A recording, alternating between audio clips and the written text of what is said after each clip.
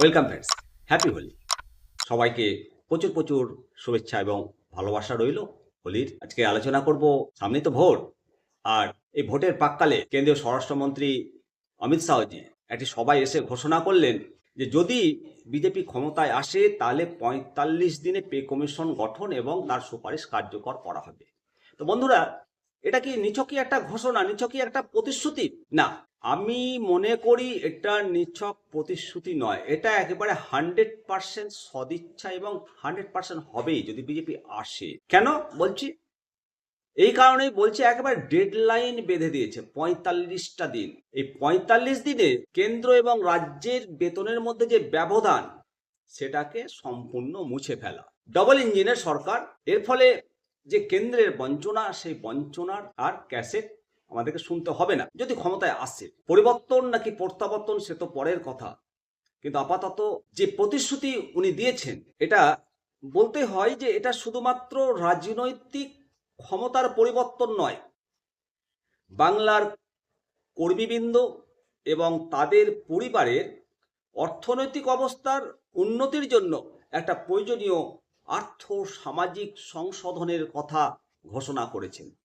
আমরা জানি পশ্চিমবঙ্গের সমস্ত সরকারি কর্মচারী, শিক্ষক শিক্ষিকাগণ, পেনশন হোল্ডারগণ দীর্ঘদিন ধরে অভিযোগ করেন যে বেতন বঞ্চনা।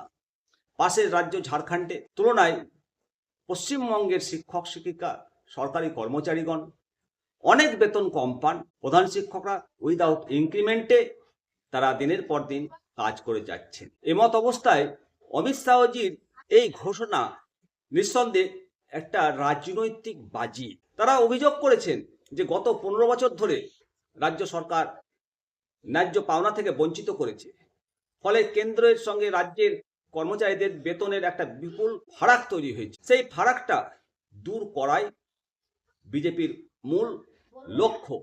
এছাড়াও নতুন কর্মসংস্থানের উপর জোর দেওয়া হয়েছে। দীর্ঘদিন ধরে নিয়োগ না হওয়ার ফলে বেকার যুবক যুবতীদের চাকরির বয়স পেরিয়ে গেছে, সেটাকে 5 বছর বৃদ্ধি করেছে। নিঃসন্দেহে এই 5 বছর যে বৃদ্ধি করা হলো, এর ফলে বহু বেকার যুবক যুবতী তারা কাজের জন্য আরো বাড়তি 5টা বছর সময় পাবেন।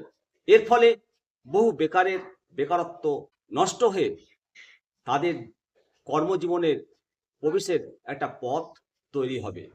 অবশ্যই আপনারা মতামত দেবেন যে এই যে ঘোষণা করেছেন ৪৫ দিনে পে কমিশন, এটা কতটা আশাবাদী আমরা, বা রাজ্য সরকার এই ঘোষণার বিকল্প হিসেবে অন্য কোনো ঘোষণা করবে কি সামনে বিধানসভার ভোটের আগে, সেই দিকে আমরা লক্ষ্য রাখব।